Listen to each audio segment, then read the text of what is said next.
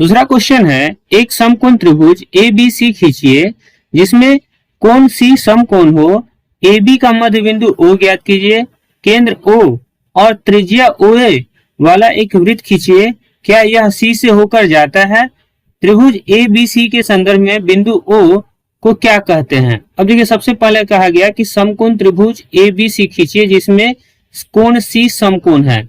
देखिए, त्रिभुज खींचने के लिए सबसे पहले यहाँ भुजाओं के माप को नहीं दिया गया है, तो हम किसी भी माप की भुजा का त्रिभुज खींच सकते हैं। तो हमने यहाँ एक रेखा ले लिया, ठीक है। अब यहाँ हमें कोण सी समकोण बनाना है, तो इस बिंदु का नाम हम बिंदु सी रखेंगे, ठीक है, जिस पर हमें 90 डिग्री का कोण बनाएंगे। समकोण का मतलब होता है कि 90 डिग्री का। अब हम यहाँ सी पर 90 डिग्री का कोण बनाएंगे। प्रश्न में यह नहीं कहा गया है कि प्रकार की सहायता से या चांद की सहायता से। तो यदि हम चांद की सहायता से बनाएंगे तो हमें बनाना आसान होगा, परंतु हम यहाँ प्रकार की सहायता से इसे बनाएंगे। तो देखिए, प्रकार की सहायता से 90 डिग्री का कोण बनाने के लिए हम क्या करेंगे कि प्रकार के नोक को बिंदु सी पर रखेंगे और एक चाप लेंगे।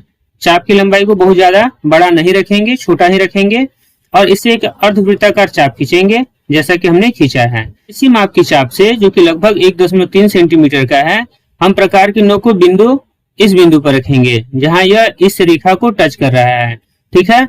और एक चाप ऊपर की तरफ लेंगे जिससे कि यह इस अर्धवृत्ताकार चाप को काटे, ठीक है।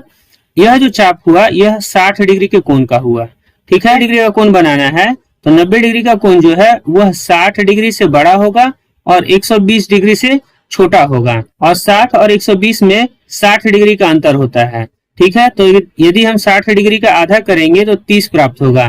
तो पहले हम 60 डिग्री का चाप लेंगे, फिर 120 डिग्री का चाप लेंगे, और इन दोनों को आधा करते हुए हम जो चाप खींचेंगे वह 90 डिग्री का होगा, ठीक है। तो देखिए, यह 60 हो गया। अब प्रकार के नोक को हम 60 पर रखेंगे और पहले से लिए गए चाप को काटेंगे। तो देखिए, यहां हमने काटा, यह 120 डिग्री का हो जाएगा, ठीक है। अब इसी माप की चाप से प्रकार के नोक को जब हमने 60 पर रखा है तो एक चाप हम ऊपर की तरफ लेंगे, ठीक है। अब प्रकार के नोक को हम 120 डिग्री के चाप पर रखेंगे और 60 डिग्री से लिए गए चाप को काटेंगे। तो देखिए, ये दोनों चाप एक दूसरे को इस बिंदु पर काट रहे हैं, ठीक है। अब अगर हम इसे बिंदु सी से मिलाएंगे तो यह जो कोण प्राप्त होगा वह 90 डिग्री का होगा।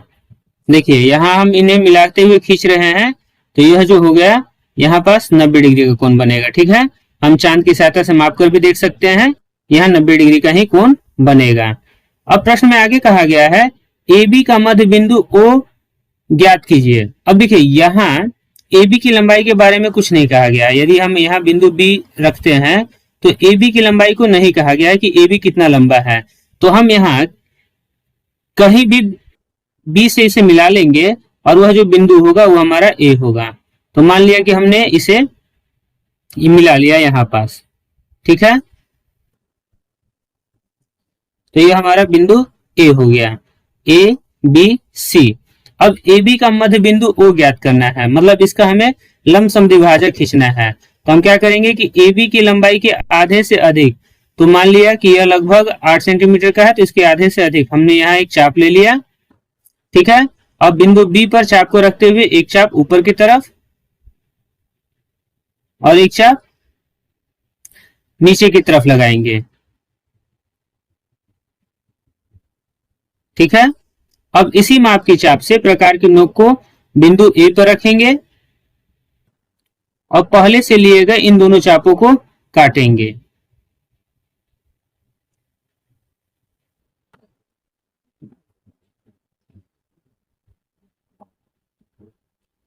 तो देखिए, ये दोनों चाप एक दूसरे को इस बिंदु पर यहाँ पास और यहाँ पास काट रहे हैं, ठीक है।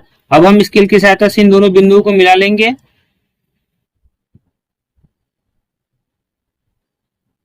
तो देखिए, जब हमने स्केल की सहायता से इन दोनों बिंदुओं को मिलाया तो यह भुजा ए बी को इस बिंदु पर काट रहे हैं। अब यह जो बिंदु होगा वह ए बी का लंब समद्विभाजक मतलब कि मध्य बिंदु होगा, ठीक है। हम स्केल की सहायता से इसे माप कर भी देखेंगे कि क्या यह इसे दो बराबर भागों में विभाजित कर रहा है। तो देखिए, अगर हम देखें तो ए बी की लंबाई लगभग 10 सेंटीमीटर है, ठीक है। और हमने जो लंब समद्विभाजक खींचा है वह इसे 5 सेंटीमीटर पर काट रहा है, मतलब यहाँ से यहाँ की दूरी जो है वो 5 सेंटीमीटर है और यहाँ से यहाँ की दूरी 5 सेंटीमीटर है। ठीक है, यदि हम इसका नामकरण बिंदु O से करते हैं तो AO की लंबाई 5 सेंटीमीटर तथा BO की लंबाई भी 5 सेंटीमीटर है। ठीक है, अब देखिए प्रश्न में आगे कहा गया है AB का मध्य बिंदु O ज्ञात कीजिए। तो हमने AB का मध्य बिंदु O ज्ञात कर लिया। केंद्र O और त्रिज्या OA वाला एक वृत्त खींचिए। अब देखिए इसे अगर हमें वृत्त का केंद्र और OA को हम अगर वृत्त की त्रिज्या माने और इससे हम एक वृत्त खींचे तो देखिए यह हो गया O केंद्र और यह हो गया त्रिज्या OA। ठीक है, अब इसी माप से हमें एक वृत्त खींचना है। ठीक, तो अगर हम इसे वृत्त खींचते हैं तो देखिए यहां हमने एक वृत्त खींच लिया है। अब प्रश्न में कहा गया है कि वृत्त खींचिए, क्या यह C से होकर जाता है? तो देखिए यह बिंदु C, यह जो शीर्ष C है इससे होकर जा रहा है। त्रिभुज ABC के संदर्भ में बिंदु O को क्या कहते हैं? अब देखिए त्रिभुज ABC के संदर्भ में बिंदु O को क्या कहते हैं? तो त्रिभुज के भुजाओं के लंब समद्विभाजक जिस बिंदु पर मिलते हैं उसे हम परिकेंद्र होगा, इसे हम त्रिभुज का परिकेंद्र कहेंगे। ठीक है, मैंने वीडियो के प्रारंभ में ही आपसे बताया था कि त्रिभुज का जो परिकेंद्र होता है यदि हम उससे कोई वृत्त खींचते हैं तो वह त्रिभुज के तीनों शीर्षों को छूते हुए जाता है। ठीक है, यह तीनों शीर्ष को टच करते हुए जा रहा है, इसलिए हम इसे त्रिभुज का परिकेंद्र कहेंगे।